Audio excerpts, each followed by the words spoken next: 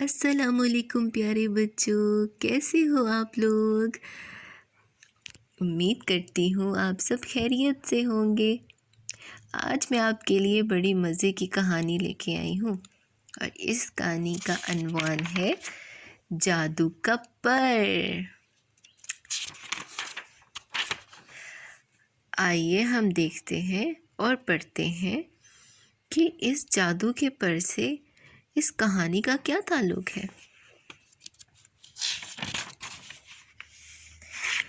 ایک دفعہ کا ذکر ہے کہ ملک ایران میں ایک رحم دل بادشاہ حکومت کرتا تھا۔ اس کا ایک بیٹا تھا جو نہایت ہونہار، بہادر اور فن سپاہ گیری میں طاق تھا۔ شہزادے بدر کو شکار کا بہت شوق تھا۔ ایک دن وہ اپنے مصاحبوں کے ہمراہ شکار کو نکلا تو ایک ہرنی کا پیچھا کرتے ہوئے اپنے شکاری ساتھیوں سے بچھڑ گیا۔ ہرنی اچانک چوکڑیاں بھرتے ہوئے گھنے جنگل میں غائب ہو گئی۔ شہزادے بدر نے مایوس ہو کر واپس جانے کا ارادہ کیا، لیکن اچانک ہی ایک خونخوار شیر جنگل سے نمودار ہوا۔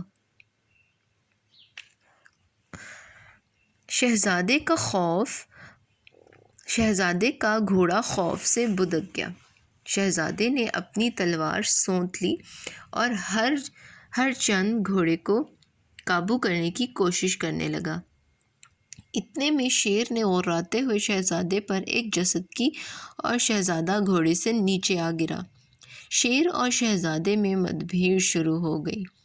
شہزادہ بدر نے نہایت دلیری سے اپنا پیش قبض شیر کے پیٹ میں گاڑ دیا اور دوسرا اپنی تلوار سے شیر کی گردن اڑا دی۔ اب شہزادہ اپنے گھوڑے اور مصاحبوں کو تلاش کرنے لگا۔ کچھ دیر جنگل میں چل کر شہزادے کو ایک طرف سے دھواں اٹھتا ہوا دکھائی دیا۔ شہزادہ سمجھا کہ ضرور کوئی گاؤں یا گھر ہوگا، چنانچہ وہ دھوئیں کی سمت میں ہو لیا۔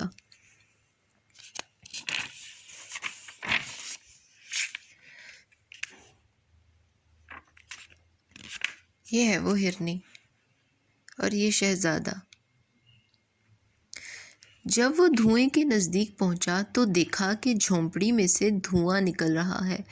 شہزادہ متجسس ہو کر یہ سارا منظر دیکھ رہا تھا کہ اچانک جنگل کی سمت سے وہی ہرنی چوکڑیاں بھرتی آئی اور جھونپڑی کے اندر شہزادے کو دیکھتی ہوئی چلی گئی۔ شہزادہ بدر بہت حیران ہوا۔ یہ سارا منظر شہزادے نے ایک سوکھے گرے ہوئے درخت کی اوٹ سے دیکھا۔ شہزادے نے جھونپڑی میں جانے کا ارادہ کیا۔ شہزادہ دبے پاؤں جھونپڑی میں داخل ہوا تو دیکھا کہ اندر ایک بیمار بوڑھی جادوگرنی بستر پر لیٹی تھی اور ساتھ میں وہی ہرنی کھڑی تھی۔ اوہ نو! پھر کیا ہوا؟ شہزادے کو دیکھ کر جادوگرنی کا کوا کائیں کائیں شور مچانے لگا۔ جادوگرنی نے چونک کر شہزادے کو دیکھا اور شہزادے کو اپنی طرف بلایا۔ شہزادہ جادوگرنی کے بستر کے پاس پہنچا تو جادوگرنی نے کہا، بیٹا میں بیمار ہوں، اٹھ نہیں سکتی، اس لیے مجھے ایک پانی کا پیالہ تو پلا دو۔ شہزادہ رحم دل تھا، اس نے پانی کا پیالہ جادوگرنی کو دیا۔ بوڑھی جادوگرنی نے پانی پینے کے بعد کہا کہ بیٹا تم شہزادے بدر ہو؟ در حقیقت یہ شہزادی ایک ظالم جن عفریت کے زور پر اسے ہرنی بنا دیا، کیونکہ شہزادی گلنار جن سے شادی نہیں کرنا چاہتی تھی۔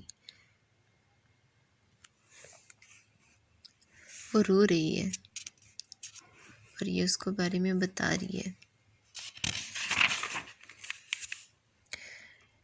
جن اسے ملک فارس سے اٹھا کر میرے پاس چھوڑ گیا کہ میں اسے ظالم جن سے شادی پر تیار کروں، لیکن مجھے یہ پیاری شہزادی پر رحم آ گیا، جس پر جن طیش میں مجھے بیمار اور شہزادی کو ہرنی بنا دیا۔ آپ بہادر شہزادے ہیں، ہماری مدد کریں۔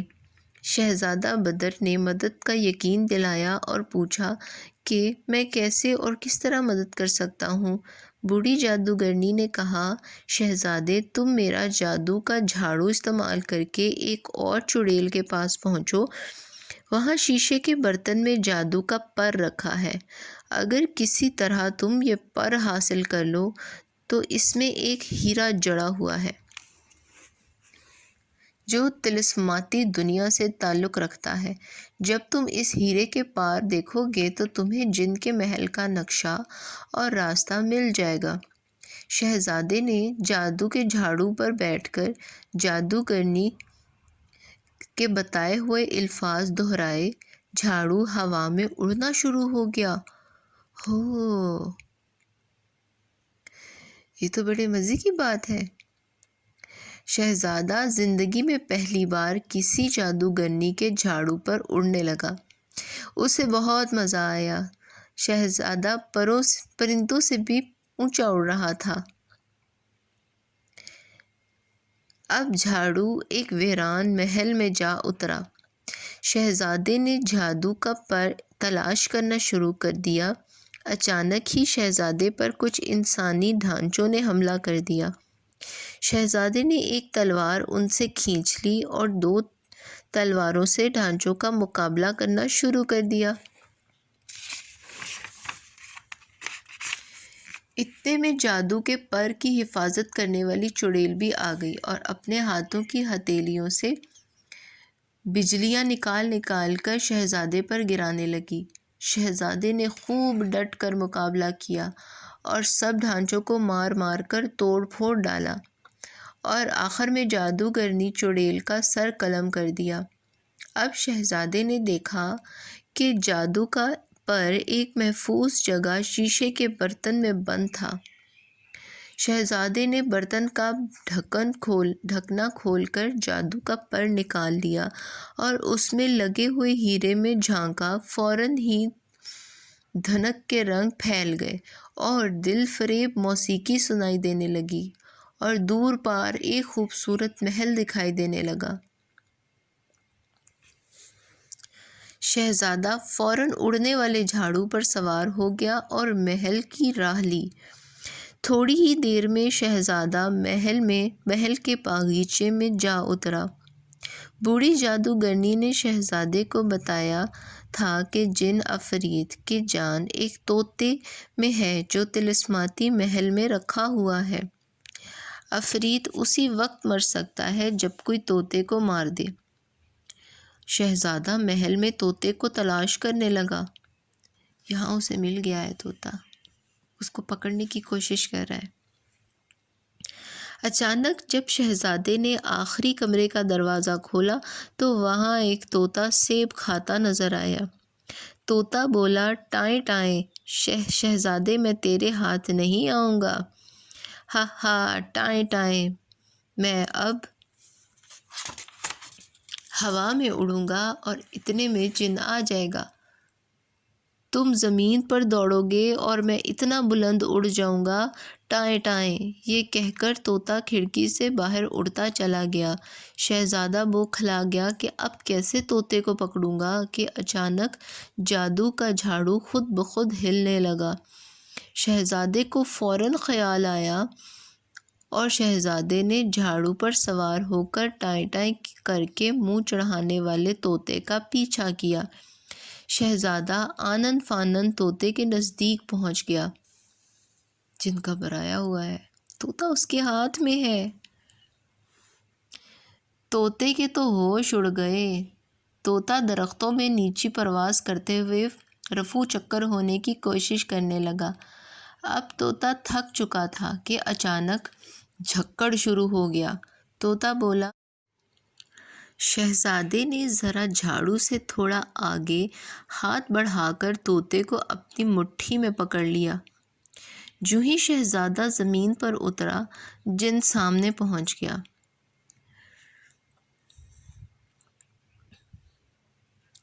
اور شہزادے کو کہا، شہزادے سب دولت لے لو مگر اس طوطے کو چھوڑ دو، بیچارہ غریب پرندہ ہے۔ شہزادہ ہنسا اور طوطے کی گردن مڑوڑ دی۔ فوراً ہی جن کی گردن بھی ٹوٹ گئی۔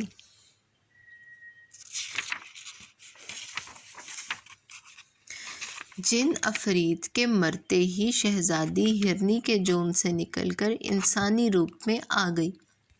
شہزادی بہت خوش ہوئی۔ بوڑھی جادوگرنی کی بیماری بھی جاتی رہی۔ شہزادہ واپس جھونپڑی پہ پہنچا اور خوبصورت شہزادی کو دیکھ کر حیران رہ گیا۔ شہزادی اور بوڑھی جادوگرنی نے اس کا شکریہ ادا کیا۔ جادوگرنی کے جھاڑو کے ذریعے شہزادی اور شہزادہ اپنے محل میں پہنچے۔ ہر طرف خوشیاں بکھر گئیں، انعامات تقسیم ہوئے، کھانے چلے اور پھر شہزادے کی دھوم دھام سے شہزادی سے شادی کر دی گئی اور وہ سب خوشی خوشی رہنے لگے۔